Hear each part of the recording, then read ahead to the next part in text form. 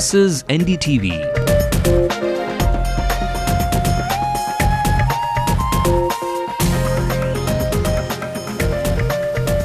And you're watching NDTV Hindu.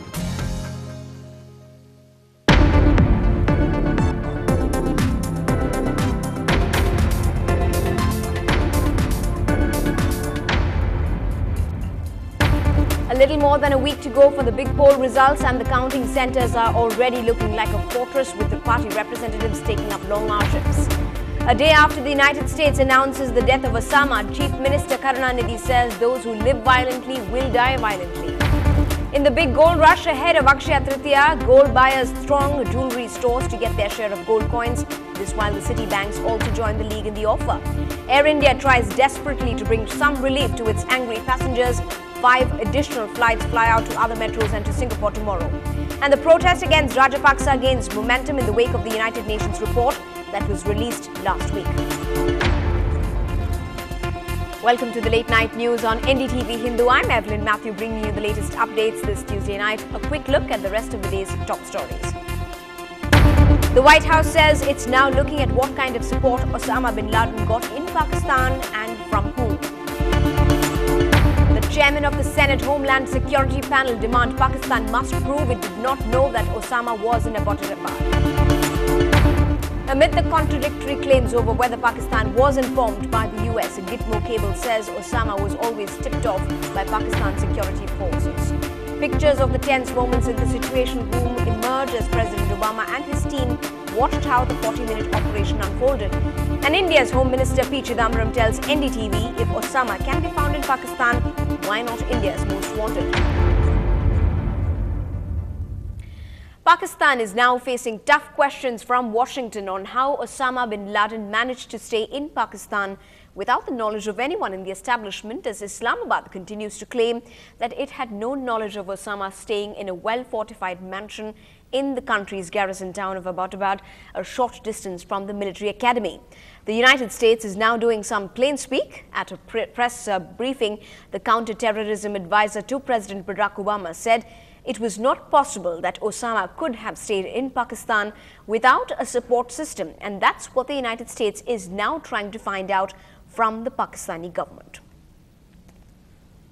And a day after the United States of America announced the death of the most wanted man in the world, there has now been reactions from the state. In fact, Tamil Nadu's Chief Minister M. Karunanidhi says that those who live violently will die violently. He added that this terrorist's life was a lesson and that those who live by the sword will die by the sword. He added that many try to label Osama's terrorism as Islamic terrorism, but we cannot accept it. Well, back to state news. In a little over a week, results of the much-awaited April 13th Assembly elections would be out, bringing to an end a month-long vigil over the ballot papers. NDTV Hindu decided to do a quick recce of 3 counting locations in Chennai city to give you an idea on how both the security personnel and also the party workers are guarding these centres. Here's a special report. Security guards work in 3 8-hour shifts beginning at 6 a.m., 2 p.m. and 10 p.m. But that's not all. Even the agents of candidates work in shifts at these centres. They periodically check if the double locks on the strong rooms remain intact.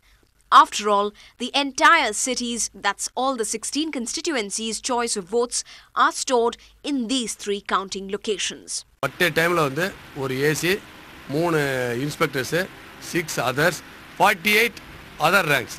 SA constable, constable. அவங்களாம் outer periphery, outer most periphery. இந்த college சுற்றி 22 இடங்களில் beat இருக்குது. ஒரு இடத்துல 2 பேர் police beat இருப்பாங்க. அது இல்லாமல் நம்ம கார்பரேஷன்லேருந்து கார்பரேஷன்லேருந்து அவங்களும் ஒரு ஸ்டாஃபுக்கு கொடுக்குறாங்க. டெப்டி தாசில்தார் ரேங்க்கு அவர் ரவுண்ட் தக்கில் கூட இருக்கிறாரு. இப்போ ஃபயர் சர்வீஸ் வந்து 2 இடங்கள் இருக்குது. முன்னாடி ஒரு ஃபயர் சர்வீஸ் இருக்குது, பின்னாடி ஒரு ஃபயர் சர்வீஸ் இருக்குது. Everything works in precision. Twice a day, the returning officers carry out inspections. They then send a daily report to the district election officer. At any given time, there are nearly 100 security personnel guarding the strong rooms, which are sealed tight. Returning officers' concerns are supposed to inspect a minimum 2 times per day regarding the security arrangements provided in this center. Police is giving 3-tier cordoning system security arrangements. Apart from them, the strong room is guarded by the CPMF personnel. And also web camera is provided 24 hours that is recording all the happenings near the strong room. Apart from that, the candidates' agents can monitor or can see what is happening in 24 hours by appointing the representatives. Except for 2 sporadic instances of accidental firing at Shankagiri and Kadalo, the 94 counting locations have maintained peace thanks to the arrangement of the Election Commission. 27 paramilitary companies are scattered across these locations. There are only 9 days left for the counting of votes. For the first time in the history of Tamil Nadu, the electorate is made to wait for 1 month to know the results. The 3-tier security arrangement at the counting centers and the permission granted to the agents of the candidates to oversee the counting centers have given a lot of hope about the system in place. In Chennai, Peer Mohammed, NDTV Hindu. On to some crime news from the city now. A man who is known to be working at a printing press allegedly set his wife and teenage son on fire in the early hours of this morning at their house in Adyar, after which both succumbed to their injuries at the KMC hospital in the city. The man was threatening his wife for money, questioning her fidelity. The deceased woman had in fact handed out a dying declaration that her husband had in fact set her on fire. The police in the region have registered a murder case as the accused is still on the run. In fact, 3 special police teams have been formed for this operation.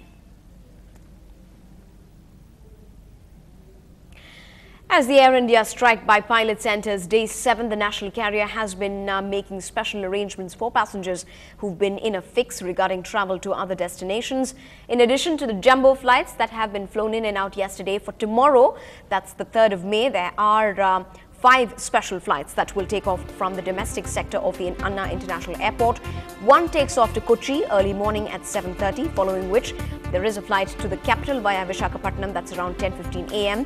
There's also a direct flight to the capital again at noon at 1:30. A flight to Mumbai flies out at 4:30 p.m. and an international flight to Singapore leaves at 3:30 p.m. You're watching the late night news on NETV Hindu. Up ahead, will it be a gold coin or a brand new necklace in the yellow metal? Get the best option for Akshaya Tritiya from our experts.